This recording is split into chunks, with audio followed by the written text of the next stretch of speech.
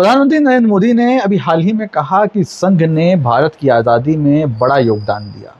हाँ, उन्होंने बिल्कुल सच कहा, लेकिन ये 1947 वाली आज़ादी की बात नहीं कर रहे थे।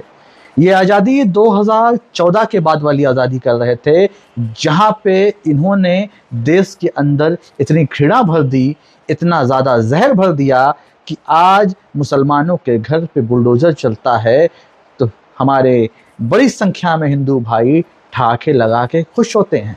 उन्हें उस मुसलमान से कोई मतलब नहीं, उस मुसलमान ने उनका कुछ नहीं बिगाड़ा, लेकिन शायद उनके ऊपर जब लाठियां चलती हैं, उन पे गोलियां चलाई जाती हैं, तो उन्हें एक खुशी मिलती है जो संघ ने बोई थी, जो जहर उनके मन में, उसे ही उन्हें सुकून मिलता है। आपने देखा कि बरेली हिंसा हो, चाहे सूरत में दुर्गा पूजा पंडाल की बात हो, या भारत में कहीं भी मुसलमानों से कोई भी जुड़ी हुई चीज़ हो, वहाँ एक तरफी कार्रवाई होती है और मुसलमानों के ऊपर सारा दोष मढ़कर उनके घरों पर बुलडोज़र चला दिया जाता है, उनके बच्चों को जेलों में डालकर उनके पैरों में गोली मारी जाती है। आपने देखा कि बरेली हिंसा हो,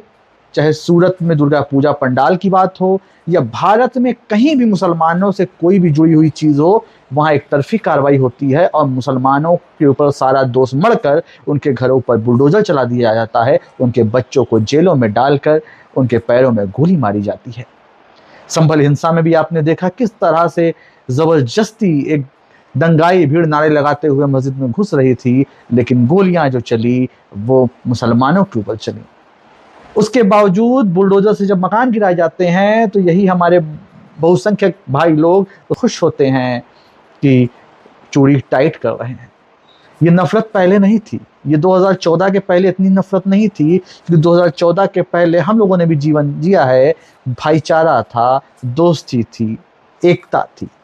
लेकिन अपने वोट के लिए, अपने राजनीतिक उद्देश्य के लिए देश में आज इस कदर घोल दी गई है कि आज जो बाहुबली थे, अपराधी थे, नेता थे, जो शायद अपनी जिंदगी में कभी सांप्रदायिक राजनीति नहीं की, उनको भी उस चश्मे से डाल दिया गया। आज राजा भैया की पत्नी उन पे तमाम आरोप लगा रही है। राजा भैया शस्त्र की पूजा करते हुए दिखाई दे रहे हैं, लेकिन न भारत का मीडिया, जनता ये नहीं पूछ रहा है कि आखिर ये भारत में किस हक से ये हथियारों का प्रदर्शन कर रहे हैं। मुख्तार अंसारी जेल में रहते हुए भी तमाम आरोप लेके मीडिया के द्वारा उन्हें विलन साबित किया गया। अगर राजा भैया जिस कैटेगरी से आते हैं तो उसी कैटेगरी से अतीक आते थे, लेकिन अतीक के सामने एक नफरती भीड़ खड़ी कर दी गई, भारत का मीडिया खड़ा कर दिया गया। आज भारत में मुसलमानों के लिए एक अलग कानून है और बाकी धर्म के उपद्रव